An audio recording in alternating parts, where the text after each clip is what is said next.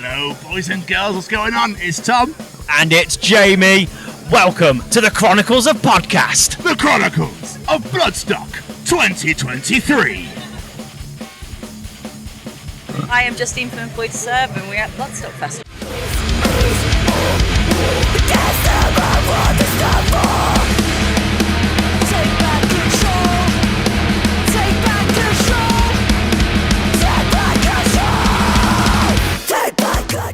Mainly, how are you doing?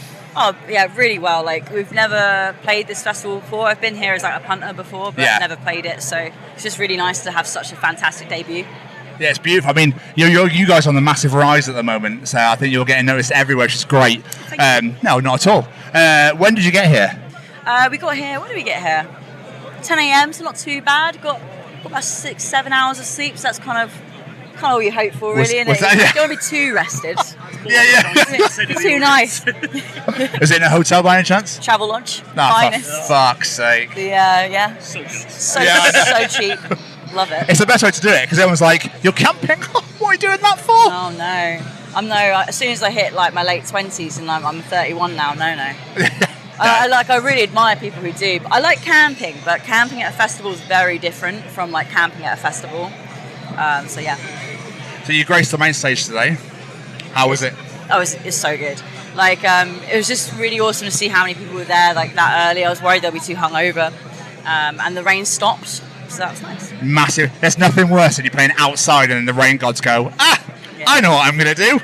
Although, like, everyone cheered when it rained really heavy, so that was quite interesting. Really? It was like, it was almost like a bring it on. I was like, it's a very British thing to do. I enjoyed it, like, for sure. Yes, fuck the sun! Fuck it, let's have it. To be fair, like, it wasn't last year, like, something stupid, like 30-something degrees, so, yeah. 35 every day. No. And as a ginger... Barely any shade, it was... I think I put, like, factor 120, which is 50... I'm just doing 50-50, then a bit of 20. Yeah. Just in case. And I burnt like a crisp still. No. It's like some weird... I don't know, it's not even a superpower, is it? It's like just like...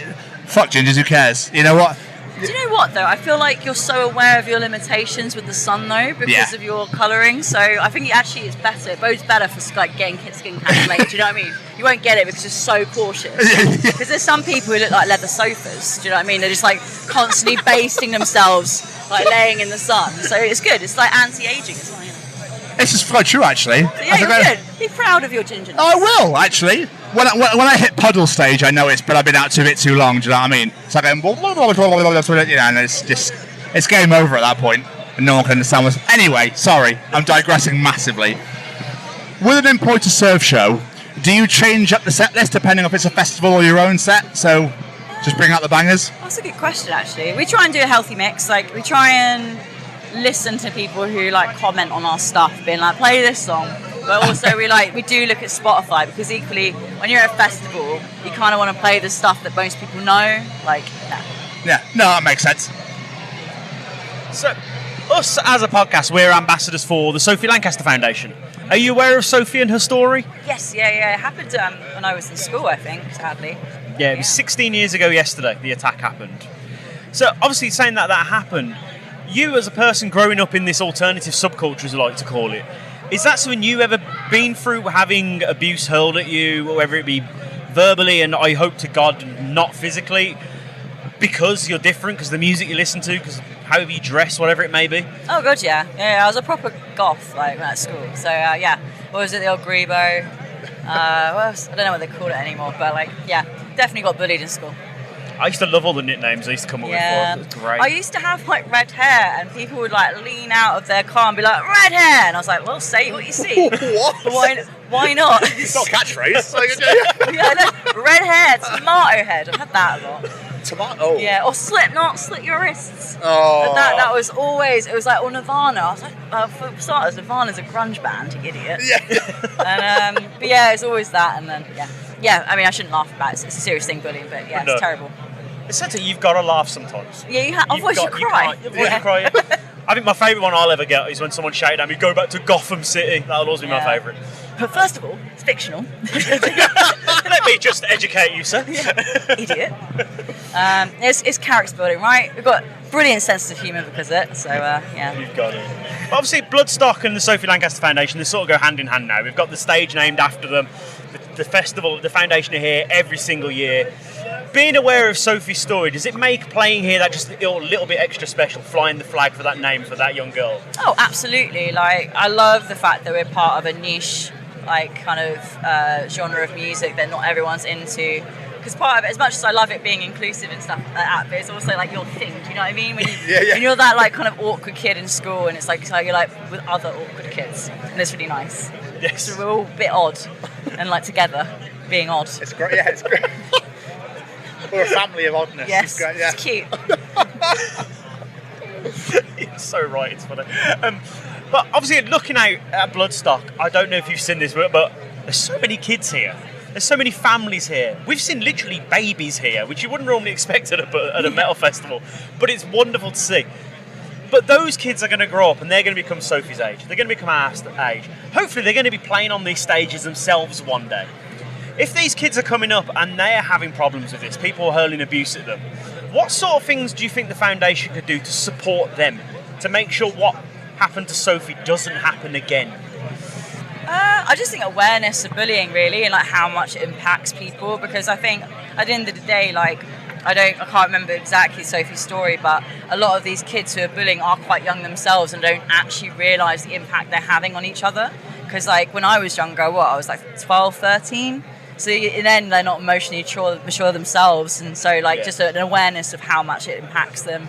And also like making sure there's mental health support for people who are bullies as well, because chances are they're probably getting bullied at home. Yeah. So I think that is something really well. That is something that I don't think people realise that much.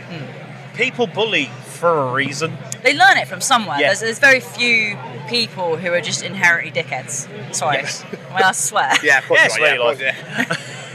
No, you're absolutely right, and I think it's very important. Yeah, they get that help as well.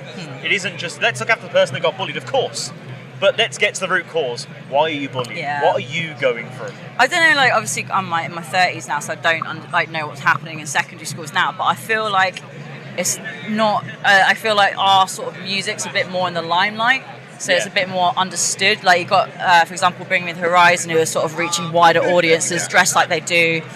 Things like tattoo sleeves are very much a cool thing that's on like, Love Island and everything now. Do you know what I mean? Like popular culture. So I feel like it's less like, oh, you're wearing skinny jeans, a tattoo, loser.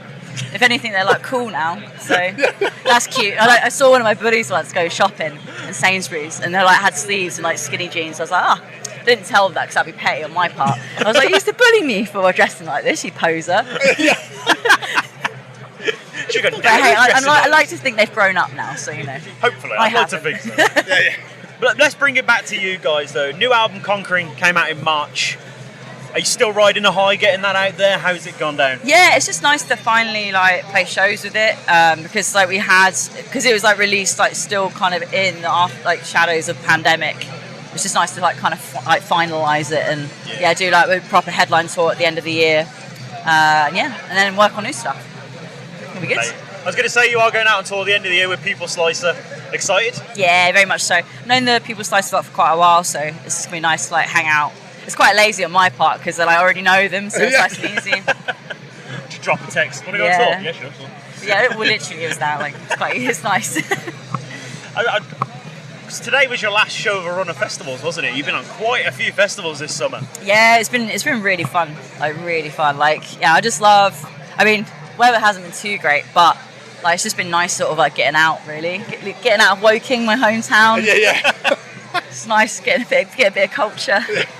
I was going to say, you're saying the weather. I saw you play Whack, and that must have been interesting to see. Do you know what? We were so lucky. Like the reverse of every British band bringing weather over. It actually was sunshine when we played. Oh. Yeah, like it on the first 2 days it was awful, and they had to like stop people coming because people were getting stranded like in their vehicles.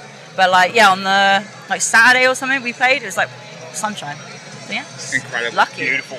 You left the bad weather here and took the good I weather with you. Yeah. Cheers for that. Thank you so much for standing and chatting to us. It's been so much fun. It means the absolute world. I hope it was usable. Absolutely. 100%. And enjoy the rest of your day, Justine. Thank you so much for your No time. worries, thank you for having us. Thank you so much.